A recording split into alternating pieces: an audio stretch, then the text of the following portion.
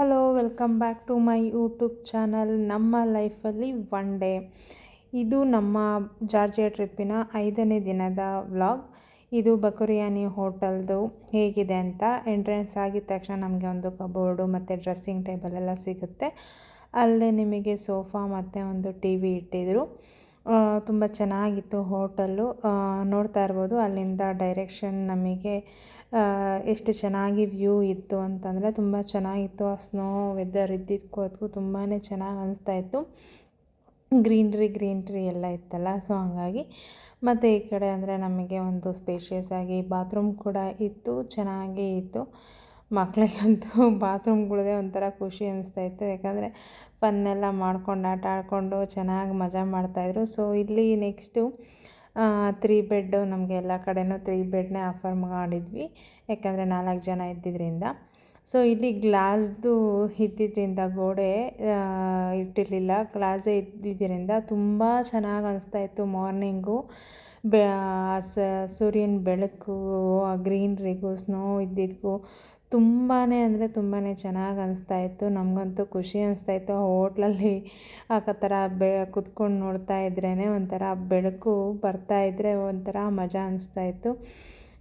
ಸರಿ ಅಂತ ಹೇಳಿ ಅಲ್ಲಿಂದ ಬ್ರೇಕ್ಫಾಸ್ಟ್ ಮಾಡಿಕೊಂಡು ನಾವು ಚೆಕ್ಔಟ್ ಮಾಡಿದ್ವಿ ಹೋಟೆಲ್ನ.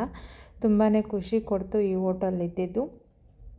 ಬಕುರಿಯಾನಿ ಇನ್ ಅಂತಲೇ ನಾವು ಆಲ್ಮೋಸ್ಟ್ ಎಲ್ಲ ಹೋಟೆಲ್ಲು ಆ ಥರ ಪ್ಲೇಸ್ದು ನೇಮ್ದೇನೆ ಹೋಟೆಲಲ್ಲಿ ಇದ್ವಿ. ಸೊ ಎಲ್ಲ ಚೆನ್ನಾಗಿತ್ತು, ನಮಗೆ ಚೆನ್ನಾಗಿ ಆಫರ್ ಮಾಡಿದರು ಅಂತ ಹೇಳ್ಬೋದು. ನಮಗೆ ನಾವು ಟೂರಿಸ್ಟ್ ಪ್ಯಾಕೇಜ್ ತೊಗೊಂಡಿದ್ವಿ ಅದೆಲ್ಲ. ಇದು ಎಂಟ್ರೆನ್ಸ್, ಬಕುರಿಯಾನಿ ಇನ್ ಹೋಟೆಲ್ದು ಎಂಟ್ರೆನ್ಸ್ ಹೇಗಿತ್ತು ನೋಡ್ತಾ ಇರ್ಬೋದು. ಈ ಥರ ಎಲ್ಲ ಇತ್ತು. ನೆಕ್ಸ್ಟ್ ಇಲ್ಲಿ ನಿಮಗೆ ಡ್ರಿಂಕ್ಸ್ ಮಾಡೋಕ್ಕೆ ಏನಾದರೂ ಇತ್ತು, ಅದಕ್ಕೆ ಸಪ್ರೇಟ್ ಲಾಬಿ ಇತ್ತು. ಏನಾದರೂ ಮಾಡೋ ಹಾಗಿದ್ದರೆ ನೀವು ಮಾಡ್ಬೋದಾಗಿತ್ತು. ನಾವು ಮೇಲ್ಗಡೆ ಇದ್ವಿ, ಸೊ ಅಲ್ಲಿಂದ ಕೆಳಗಡೆ ಬಂದು ಈ ಕಡೆ ಹೋದರೆ ಬ್ರೇಕ್ಫಾಸ್ಟ್ ಕೌಂಟರ್ ಇತ್ತು. ಸೊ ನೀವು ನೋಡಿರ್ಬೋದು ಲಾಸ್ಟ್ ವಿಡಿಯೋದಲ್ಲಿ, ಇಲ್ಲೇ ನಾವು ಅದು ಬರ್ಡೇ ಸೆಲೆಬ್ರೇಷನ್ ಎಲ್ಲ ಮಾಡಿದ್ದಿದ್ದು. ತುಂಬಾ ಚೆನ್ನಾಗಿ ಅನಿಸ್ತು. ಬರ್ಡೇ ಕೇಕ್ ಕೂಡ ಅವ್ರು ಕೊಟ್ಟಿದ್ದು. ತುಂಬಾ ಥ್ಯಾಂಕ್ಸ್ ಅಂತ ಹೇಳೋಕ್ಕೆ ಇಷ್ಟಪಡ್ತೀನಿ, ಯಾಕಂದರೆ ಅವ್ರು ಅದಕ್ಕೆ ಫ್ರೀಯಾಗಿ ನಮಗೆ ಸರ್ಪ್ರೈಸಾಗಿ ಅರೇಂಜ್ ಮಾಡಿದರು. ಸೊ ಚೆನ್ನಾಗಿ ಅನಿಸ್ತಾಯಿತ್ತು. ಎಲ್ಲ ಕಡೆ ವ್ಯೂ ತುಂಬಾ ಚೆನ್ನಾಗಿತ್ತು ಹೋಟೆಲ್ದು. ಯಾವ ಕಡೆ ನೋಡಿದ್ರೂ ಆ ಸ್ನೋ ವೆದರು, ಆ ಮರ ಗಿಡ ಎಲ್ಲ ಚೆನ್ನಾಗಿತ್ತು. ತುಂಬ ಸ್ಪೇಷಿಯಸ್ ಆಗಿತ್ತು ಹೋಟೆಲ್ಲು. ನೀವೇನಾದರೂ ಬಕುರಿಯಾನಿಗೆ ಹೋಗ್ತಾ ಇದ್ದರೆ ಪ್ಲೀಸ್ ವಿಸಿಟ್ ದಿಸ್ ಪ್ಲೇಸ್ ಅಂತ ಹೇಳ್ತೀನಿ. ಈ ಹೋಟೆಲಲ್ಲೇ ಇರಿ ಅಂತ ಹೇಳ್ತೀನಿ. ತುಂಬ ಚೆನ್ನಾಗಿತ್ತು. ಸೊ ಫುಡ್ ಬಂದು ನಮಗೆ ಇಲ್ಲಿ ಎಲ್ಲ ಥರ ಕಲ್ಚರ್ ನವರು ಬರೋದ್ರಿಂದ ಎಲ್ಲ ಥರ ಫುಡ್ ಸಿಗುತ್ತೆ. ನಿಮ್ಗೆ ಯಾವ್ದು ತೊಗೋಬೋದು ಆ ಥರ ಫುಡ್ಡು ನೀವು ತೊಗೋಬೋದು. ಇದು ಹೋಟೆಲಿಂದ ಹೊರ್ಗಡೆ ಇರ್ತಕ್ಕಂಥ ಜಾಗ. ಅಲ್ಲಿ ಸ್ವಲ್ಪ ಪ್ಲೇ ಏರಿಯಾ ಎಲ್ಲ ಇತ್ತು. ಮಕ್ಕಳಿಗೆ ಚಿಕ್ಕವರಾಗಿದ್ದರೆ ನೀವು ಆಟಾಡ್ಬೋದಾಗಿತ್ತು. ಬಟ್ ನಮಗೆ ಮಕ್ಕಳು ಆಟಾಡೋಕ್ಕಾಗಲಿಲ್ಲ, ಯಾಕಂದರೆ ಸ್ನೋ ಬಿದ್ದು ಅದೆಲ್ಲ ವೆಟ್ಟಾಗಿದ್ದರಿಂದ ಅವರೇನೂ ಆಟ ಆಡಲಿಲ್ಲ. ಬಟ್ ಇಲ್ಲೇ ನಾವು ಇನ್ನೊಂದು ಲಾಸ್ಟ್ ನೈಟಲ್ಲಿ ಸ್ನೋಮ್ಯಾನೆಲ್ಲ ಮಾಡಿಕೊಂಡು ಆಟ ಆಡಿದ್ವಿ. ಅದಾದಮೇಲೆ ನಾವು ಬಂದಿದ್ದು ಸ್ಕೈ ರೆಸಾರ್ಟಿಗೆ ಬಂದ್ವಿ. ಇವತ್ತು ಕೇಬಲ್ ಕಾರ್ ರನ್ನಿಂಗ್ ಇತ್ತು, ಯಾಕಂದರೆ ಚೆನ್ನಾಗಿ ಬಿಸಿಲು ಕಾಯ್ತಾ ಇದ್ದಿದ್ದರಿಂದ ಕೇಬಲ್ ಕಾರ್ ರನ್ನಿಂಗ್ ಇತ್ತು. ನಾವು ಗೋದಾವರಿನಲ್ಲಿ ಕೇಬಲ್ ಕಾರ್ನ ಹೋಗಿರಲಿಲ್ಲ, ತುಂಬಾ ಬೇಜಾರಾಗಿಬಿಟ್ಟಿತ್ತು. ಯಾಕಂದರೆ ಅದು ವೇವಿ ಸ್ನೋಫಾಲ್ ಆಯಿತು ಅಂತ ಹೇಳಿ ನಾವು ಹೋಗಿದ ತಕ್ಷಣ ಒಂದು 5 ಮಿನಿಟ್ಸ್ಗೆಲ್ಲ ನಮ್ಮ ಸ್ಟಾಪ್ ಮಾಡೇ ಬಿಟ್ಟರು. ಅಷ್ಟು ಕವರ್ ಆಗಿಬಿಡ್ತು, ಏನೂ ಕಾಣಿಸ್ತಾನೇ ಇರಲಿಲ್ಲ. ಸೊ ಫೈನಲಿ ನಮಗೆ ಇಲ್ಲಿ ಎಕ್ಸ್ಪೀರಿಯೆನ್ಸ್ ಮಾಡೋಕ್ಕೆ ಚಾನ್ಸ್ ಸಿಕ್ತು. ತುಂಬಾ ಅಂದರೆ ತುಂಬಾ ಖುಷಿಯಾಯಿತು. ಮಕ್ಕಳೆಲ್ಲ ಫುಲ್ಲು ಖುಷಿಯಲ್ಲಿ ಇದ್ದರು. ವಾವ್, ನಾವು ಕೇಬಲ್ ಕಾರಲ್ಲಿ ಹೋಗ್ತಾ ಇದ್ದೀವಿ ಅಂತ. ಯಾಕಂದರೆ ನಮಗೆಲ್ಲ ಫಸ್ಟ್ ಟೈಮ್ ಆ ಥರ ಎಕ್ಸ್ಪೀರಿಯೆನ್ಸ್ ಆಗಿದ್ದಿದ್ದು. ಸೊ ಹಂಗಾಗಿ ಎಲ್ಲರಿಗೂ ಒಂಥರ ಖುಷಿ ಇತ್ತು.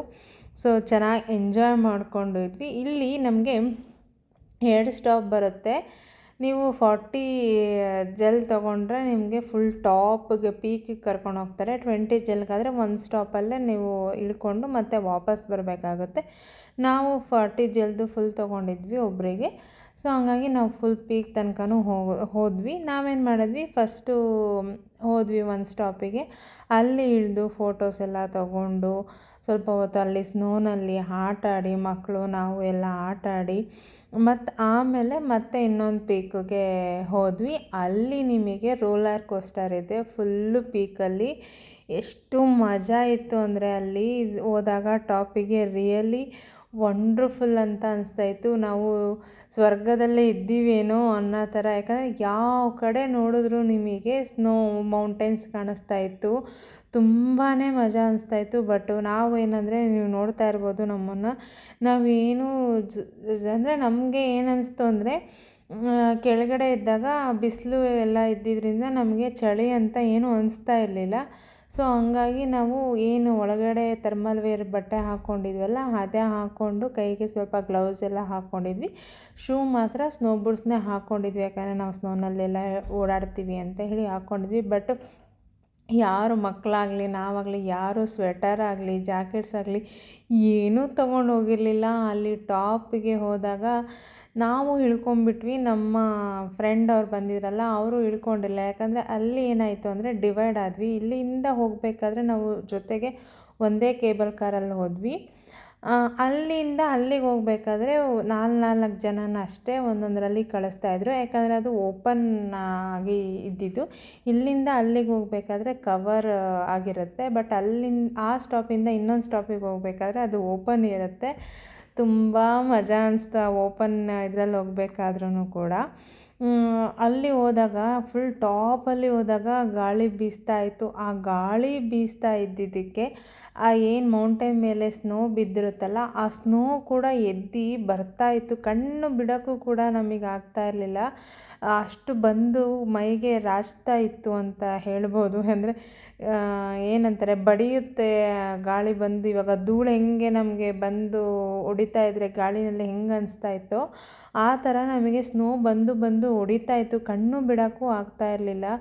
ಬಂಟು ಪಾಪ ಅವನಿಗೆ ಫುಲ್ಲು ತುಟಿ ಎಲ್ಲ ಕೆಂಪಗಾಗ್ಬಿಡ್ತು, ಮುಖ ಎಲ್ಲ ಕೆಂಪಗಾಗ್ಬಿಡ್ತು ಅವನಿಗೆ. ನನ್ನ ಅಂಜನ್ನು ಏನು ಮಾಡಿದ್ರು, ನಾವು ಅಲ್ಲಿ ಸ್ಟಾಪು ಇಳ್ಕೊಂಡ್ವಿ. ಇಳ್ಕೊಂಡಿದ್ದ ತಕ್ಷಣವೇ ನಮಗೆ ನೋಡಿದ್ವಿ ರೋಲರ್ ಕೋಸ್ಟರ್ ಇದೆ ಅಂತ ಹೇಳಿ. ಅವರು ನಮ್ಮ ಜೊತೆ ಬಂದಿದ್ದ ಫ್ರೆಂಡ್ ಏನು ಮಾಡಿದ್ರು, ಅವ್ರು ಇಳ್ಕೊಳ್ಳಿಲ್ಲ, ತುಂಬಾ ವಿಂಡಿ ಇದೆ ಅಂತ ಅಂದು ಅವ್ರು ಹಂಗೆ ಇಳಿದು ಬಂದರು. ಯಾಕಂದರೆ ನಾನು ಹೇಳ್ದಂಗೆ ಜಾಕೆಟ್ಸ್ ಏನು ಹಾಕ್ಕೊಂಡಿರಲಿಲ್ಲ. ಬಟ್ ಅಂಜನ್ ಕೇಳಲಿಲ್ಲ, ಇಲ್ಲ ನಾನು ಇಳಿದು ಆ ಪೀಕ್ ನೋಡಲೇಬೇಕು ಅಂತ ಹೇಳಿ ಇಳ್ಕೊಂಬಿಟ್ವಿ. ಇಳ್ಕೊಂಡು ಮತ್ತು ಅಲ್ಲಿಂದ ಇನ್ನೊಂದು ಬೆಟ್ಟ ಥರ ಸ್ವಲ್ಪ ಚಿಕ್ಕದೇನೆ ಅಲ್ಲಿ ಹತ್ತಬೇಕಾಗಿತ್ತು ಆ ಸ್ಟಾಪಲ್ಲಿ ಇಳ್ಕೊಂಡು. ಸೊ ಅಲ್ಲಿ ಹತ್ತಿದಾಗ ಅಲ್ಲಂತೂ ನಮ್ಮನ್ನು ಗಾಳಿ ದಬ್ತಾ ಇತ್ತು. ನನಗೆ ನಿಂತ್ಕೊಳ್ಳೋಕ್ಕೆ ಆಗ್ತಾ ಇರಲಿಲ್ಲ. ಅಂಜನು ಇಲ್ಲ ಇಲ್ಲಿ ಫೋಟೋಸ್ ತೊಗೋಬೇಕು ಇಲ್ಲಿ ಅಂತ ಹೇಳಿ ಇದನ್ನು ಮಾಡ್ತಾಯಿದ್ರು. ಬಟ್ ಬಂಟುಗಂತೂ ಅಂಜನ್ ಒಂದು ಜಾಕೆಟ್ ತಂದಿದ್ರು, ಅದನ್ನೇ ಹಾಕ್ಬಿಟ್ಟು ಬಂಟನ್ನ ಅಲ್ಲೇ ನಿಲ್ಲಿಸಿದ್ವಿ. ಮತ್ತು ನಾನು ಫೋಟೋಸ್ ತೊಗೊಂಡು ನನಗಾಗಲೇ ಇಲ್ಲ, ಕೆಳಗಡೆ ಅದೇ ಬಂದೆ. ಬಟ್ ಅಂಜನ್ನು ಮತ್ತು ಬಬ್ಬಿ ಇನ್ನೂ ಒಂದು ಸ್ವಲ್ಪ ಹೊತ್ತು ಅಲ್ಲೇ ಇದ್ದು ಚೆನ್ನಾಗಿ ಎಂಜಾಯ್ ಮಾಡಿಕೊಂಡು ಬಂದವರು ನಾವು ರೋಲರ್ ಕೋಸ್ಟರ್ ಆಡೋಣ ಅಂತೇಳಿ ಟಿಕೆಟ್ ತೊಗೊಂಡ್ವಿ. ನೋಡಿ ಇದೇ ಥರ ಓಪನ್ ಇರುತ್ತೆ. ಈ ಥರ ಇದು ನೋಡಿ, ಕೆಳಗಡೆ ನೋಡಿದ್ರೇ ನನಗೆ ಭಯ ಆಗ್ತಾಯಿತ್ತು, ಅಷ್ಟು ಡೀಪ್ ಅನಿಸ್ತಾಯಿತ್ತು ಕೆಳಗಡೆ ನೋಡಿದಾಗ. ಅಂಜನಂತೂ ಕೆಳಗಡೆ ನೋಡಬೇಡ್ರಿ ಅಂತ ಹೇಳೋರು. ಅವರು ಆ ಥರ ಭಯ ಪಡ್ತಾ ಇದ್ದಿದ್ದಕ್ಕೆ ನಮಗೆ ಒಂಥರ ಭಯ ಹೋಗ್ಬಿಟ್ಟು ಕಾಮಿಡಿ ಅನಿಸ್ತಾಯಿತ್ತು ನಮಗೆ. ಯಾಕಂದರೆ ಓಪನ್ ಸ್ಪೇಸ್ ಇದ್ದಿದ್ದರಿಂದ ಆ್ಯಸ್ ಎ ಫಾದರ್ ಆಗಿ ಅವ್ರಿಗೆ ಸ್ವಲ್ಪ ಮಕ್ಕಳು ಹೆಂಡ್ತಿ ಅನ್ನೋದೊಂಥರ ಭಯ ಆಯಿತು. ಏನಾದರೂ ಆದರೆ ಅನ್ನೋ ಥರ ಅವ್ರಿಗೆ ಇದ್ದೇ ಇರುತ್ತಲ್ಲ ಜವಾಬ್ದಾರಿ. ಸೊ ಹಂಗಾಗಿ ತುಂಬ ಹೆದರುತ್ತಾಯಿದ್ರು, ಅದು ಮಾಡಬೇಡ್ರಿ ಇದು ಮಾಡಬೇಡ್ರಿ ಅಂತಂದು. ಬಟ್ ನಾವಂತೂ ಸಖತ್ ಮಜಾ ಮಾಡ್ತಾಯಿದ್ವಿ. ನೋಡಿ, ನಾವು ಏನೂ ಹಾಕ್ಕೊಂಡೇ ಇರಲಿಲ್ಲ, ಅದೇ ಥರ ಹೋಗಿದ್ವಿ. ಅಲ್ಲಿ ರೋಲರ್ ಕೋಸ್ಟರ್ ಆಡೋಣ ಅಂತೇಳಿ ಟಿಕೆಟ್ ಏನೋ ತೊಗೊಂಬಿಟ್ವಿ 4 ಜನಕ್ಕೂ. ಅಲ್ಲಿ ಮೇಲೆ ಹೋದಾಗ ತೊಗೊಂಡ್ವಿ. ಅಲ್ಲಿ ನಮಗೆ ಅವನಿಗೆ ಇಂಗ್ಲೀಷ್ ಬರ್ತಾಯಿಲ್ಲ, ನಮಗೆ ಅಲ್ಲಿಂದು ಜಾರ್ಜಿಯನ್ ಲ್ಯಾಂಗ್ವೇಜ್ ಬರ್ತಾಯಿಲ್ಲ. ಅವನು ಹೇಳೋದು ನಮಗೆ ಅರ್ಥ ಆಗ್ತಾಯಿಲ್ಲ, ನಾವು ಹೇಳೋದು ಅವನಿಗೆ ಅರ್ಥ ಆಗ್ತಾಯಿಲ್ಲ. ಫುಲ್ ಕನ್ಫ್ಯೂಸ್ ಆಗಿಬಿಟ್ಟು ಅವನು ಹೇಳಿದ, ಯಾಕಂದರೆ ನಾನು ರೋಲರ್ ಕೋಸ್ಟರ್ ನಾವು ಯಾವತ್ತೂ ಆಡಿರಲಿಲ್ಲ. ಸೊ ನಮ್ಗೆ ಅದನ್ನು ಹೇಗೆ ಆಪ್ರೇಟ್ ಮಾಡೋದು ಅನ್ನೋದು ಗೊತ್ತಿರಲಿಲ್ಲ. ಅವ್ನು ನಮಗೇನು ಹೇಳ್ದ ಅಂದರೆ, ನಾವೇ ಆಪ್ರೇಟ್ ಮಾಡಬೇಕು, ನಾವೇ ಎಕ್ಸ್ಲೇಟ್ರ್ ಕೊಡಬೇಕು, ನಾವೇ ಬ್ರೇಕ್ ಹಾಕಬೇಕು ಅನ್ನೋ ಥರ ಹೇಳ್ದ.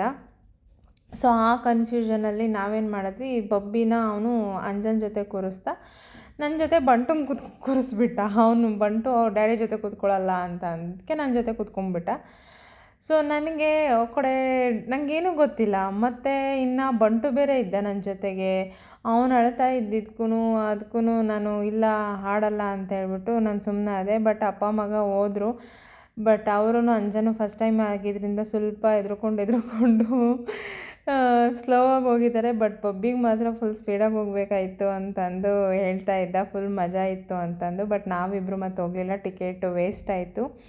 ಅದು 50 ರಿಯಾಲ್ 50 ಜೆಲ್ ಅಂತ ಅನಿಸುತ್ತೆ ಒಬ್ಬೊಬ್ಬರಿಗೆ.